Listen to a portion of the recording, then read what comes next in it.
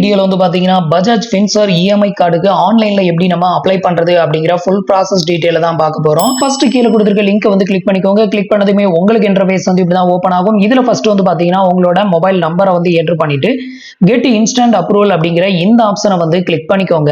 அடுத்தது வந்து பாத்தீங்கன்னா உங்களோட பர்சனல் டீடைல் எல்லாத்தையுமே ஃபில் பண்ற பேஜ் வந்து ஓபன் ஆகும். இதுல வந்து பாத்தீங்கன்னா உங்களோட ஃபுல் நேம் அகைன்ஸ்ட் என்டர் பண்ணிட்டு உங்களோட டேட் ஆஃப் பர்த் ஆதார் பேன்ல இருக்கிற மாதிரி என்டர் பண்ணிக்கோங்க.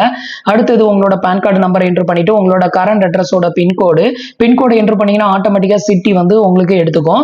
அடுத்தது வந்து பாத்தீங்கன்னா உங்களோட எம்ப்ளாய்மெண்ட் டைப், இதுல நீங்க சாலரிடா இல்ல செல்ஃப் எம்ப்ளாயா அதை செலக்ட் பண்ணிட்டு உங்களோட ஜெண்டர் எதுவோ அதையும் செலக்ட் பண்ணிட்டு ப்ரொசீட் வந்து கொடுத்துக்கோங்க.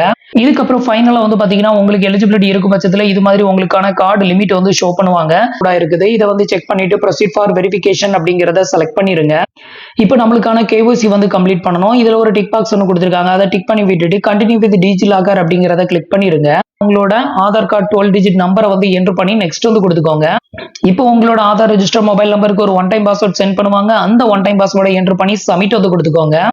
அடுத்தது வந்து பாத்தீங்கன்னா உங்களுக்கு இன்டர்ஃபேஸ் வந்து இப்படிதான் ஓபன் ஆகும். இதுல வந்து பாத்தீங்கன்னா எதுவுமே டிக்கா இருக்காது. இதுல வந்து ஃபர்ஸ்ட் டிக் பாக்ஸ் ஆதார் நேர் இருக்கக்கூடிய அந்த ஃபர்ஸ்ட் டிக் பாக்ஸை மட்டும் டிக் பண்ணி விட்டுக்கோங்க.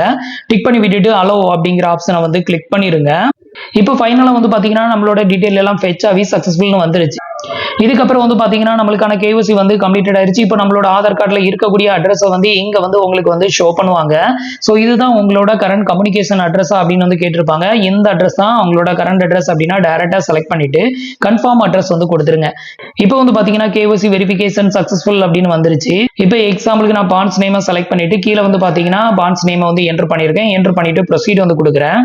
இதுக்கப்புறம் வந்து பாத்தீங்கன்னா ஒன் டைம் ஜாயினிங் ஃபீ வந்து பாத்தீங்கன்னா 530 ரூபாய் நம்ம வந்து பே பண்ணணும். சோ அதை வந்து இங்க வந்து ஷோ பண்றாங்க. இப்போ வந்து பாத்தீங்கன்னா ப்ரொசீட் ஃபார் பேமெண்ட் அப்படிங்கிற ஆப்ஷனை கிளிக் பண்ணிருங்க. இப்போ வந்து பாத்தீங்கன்னா நான் வந்து எனக்கான 530 ரூபாய் நான் வந்து பேமெண்ட் வந்து சக்சஸ்ஃபுல்லா வந்து பண்ணிட்டேன்.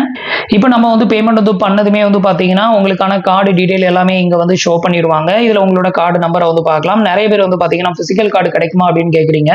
பிசிக்கல் கார்டு வந்து இதுக்கு வந்து கிடையாது. நீங்க வந்து எந்த மொபைல் நம்பரை யூஸ் பண்ணி நீங்க இந்த கார்டை ஆக்டிவேட் பண்றீங்களோ அந்த மொபைல் நம்பர் மட்டும் இருந்தா போதும். ஜஸ்ட் நீங்க உங்களுக்கு நியரஸ்ட்ல இருக்கக்கூடிய ஷாப்ல போயிட்டு ஏதாவது ஒரு போனை வந்து வாங்குறீங்க அப்படின்னா உங்களோட மொபைலுக்கு OTP மட்டும் வரும். அந்த OTP ஷேர் பண்ணீங்க அப்படின்னா போதும். எத்தனை மாசத்துக்கு EMI எல்லாத்தையும் அவங்க செலக்ட் பண்ணி உங்களுக்கு வந்து அந்த ப்ராடக்ட் வந்து கையில கொடுத்துருவாங்க. EMIயும் போட்டு கொடுத்துருவாங்க. அவ்வளவுதான். மற்றபடி வந்து பாத்தீங்க அப்படின்னா இதுக்கு வந்து பிசிக்கல் கார்டு அப்படிங்கிறது வந்து கிடையவே கிடையாது. அப்படின்னா நீங்க ஃபர்ஸ்ட் ஷாப்பிங் வந்து எங்கேயாவது போய் பண்ணுவீங்கல்ல, அப்போ நீங்க அங்க EMI போடும்போது உங்களுக்கான ஆட்டோ டெபிட் செட்டப்பை வந்து அங்க வந்து கம்ப்ளீட் பண்ண சொல்லும். அப்போ அவங்க வந்து கம்ப்ளீட் பண்ணி தருவாங்க.